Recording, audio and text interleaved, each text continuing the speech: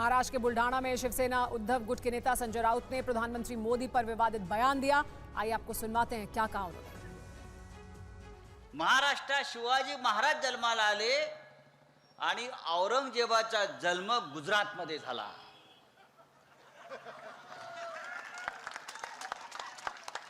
गुजरातमध्ये जिथे मोदी जन्माला आले त्याच्या बाजूला दाहोद नावाचं गाव आहे, तेथे औरंगजेब जन्माला आला आणि म्हणून ही औरंगजेबी वृत्ती गुजरात आणि दिल्लीतून या महाराष्ट्रावर चाल करून येते आहे आणि शिवसेनेच्या विरोधामध्ये, आमच्या स्वाभिमानाच्या विरोधामध्ये। और इसी मुद्दे पर और ज्यादा जानकारी के लिए मुंबई से हमारे साथ जुड़ गए हैं TV9 भारतवर्ष संवाददाता राजीव सिंह। राजीव, मुंबई और महाराष्ट्र की राजनीति में बीजेपी हमलावर है शिवसेना पर, ये कहते हुए कि वो कांग्रेस पार्टी के साथ चले गए हैं, नर्म पड़ गए हैं, अपने आदर्शों से हट गए हैं। अब शिवसेना की तरफ से ये पलटवार बीजेपी को घेरने के लिए, क्या इसी वजह से इस तरह की बात बोली गई है संजय राउत द्वारा?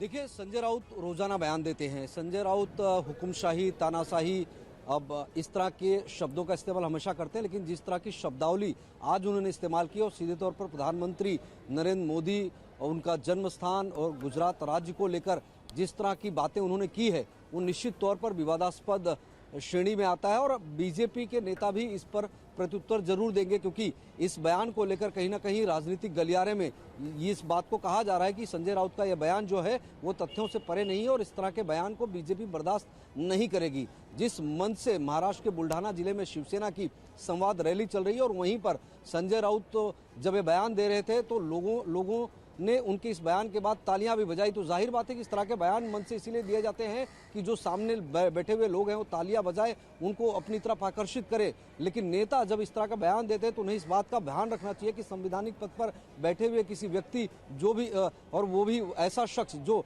देश की सर्वोच्च संवैधानिक पद पर बैठा हुआ है, उसके बारे में इस तरह की टिप्पणी, इस तरह की बातें कहना कहीं ना कहीं संजय राउत के लिए आने वाले समय में मुश्किलें बढ़ा भी सकता है। वहां पर खुद उद्धव ठाकरे भी मंच पर मौजूद थे, उनकी मौजूदगी में इस तरह का बयान दिया गया है। बहुत शुक्रिया राजीव इस तमाम जानकारी के लिए।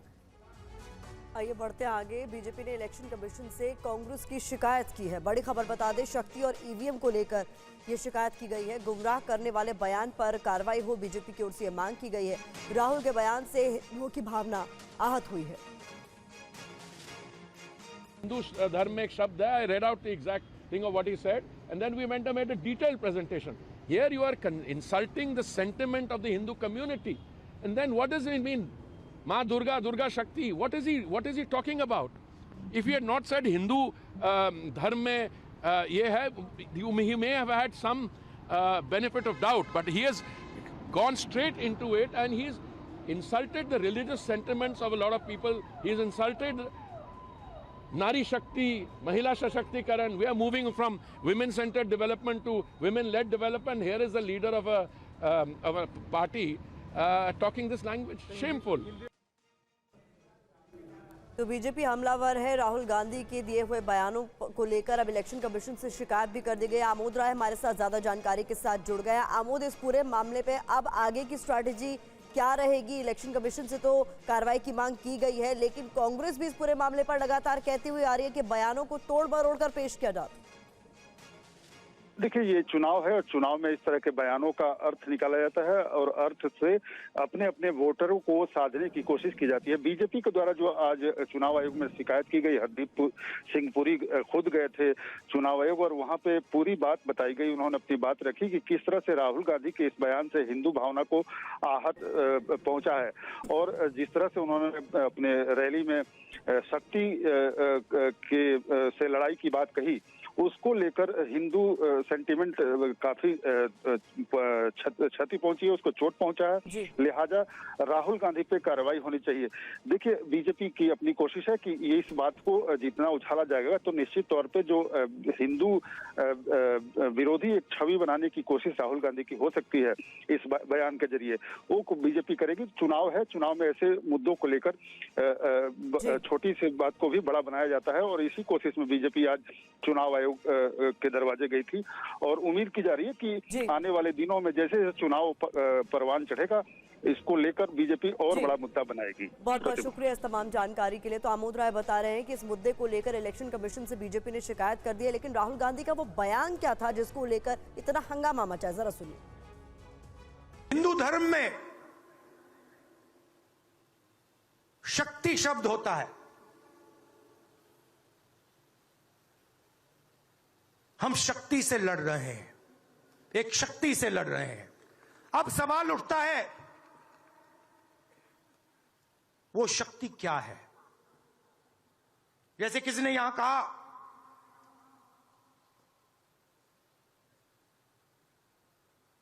राजा की आत्मा ईवीएम में है। सही है, सही है। राजा की आत्मा ईवीएम में है।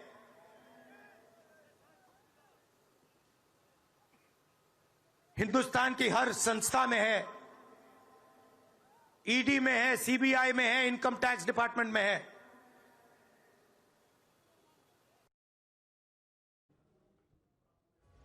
और आगे बढ़ते हैं खबर दिल्ली से, जहां पर दिल्ली में स्टार्टअप महाकुंभ में बोले हैं प्रधानमंत्री मोदी, विकसित भारत के रोड मैप पर हम काम कर रहे हैं। स्टार्टअप में भारत तेजी से बहुत आगे बढ़ रहा है।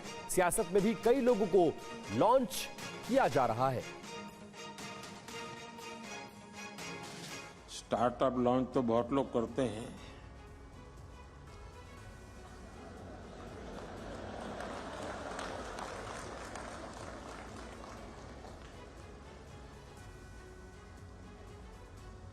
और पॉलिटिक्स में तो ज्यादा।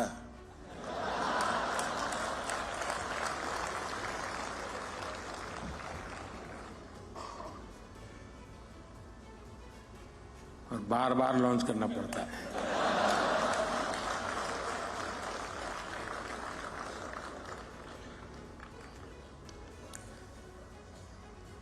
आप में उनमें फर्क ये है कि आप लोग प्रयोगशील होते हैं।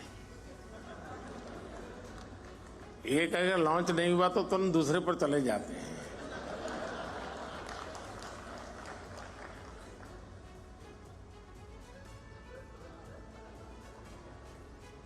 क्यों भाई, पीछे देर हो गई?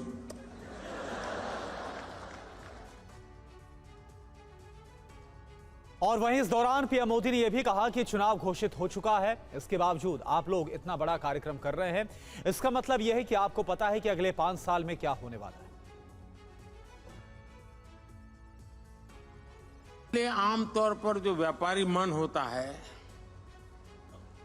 वो सोचता है यार अब चुनाव का वर्ष है, अभी रहने दो, एक बार चुनाव हो जाए, नई सरकार बनेगी तब देखेंगे। ऐसा ही होता है ना। लेकिन आप लोग, इलेक्शन डिक्लेयर हो चुका है, उसके बावजूद भी इतना बड़ा कार्यक्रम कर रहे हैं।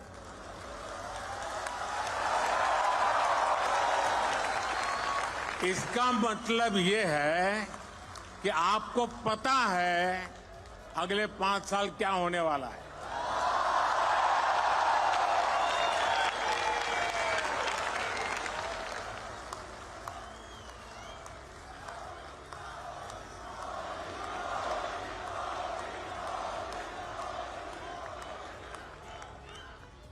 और मैं समझता हूं आपके अंदर ये जो जीनियस चीज पड़ी है ना, वही स्टार्टअप को सफल बनाती होगी।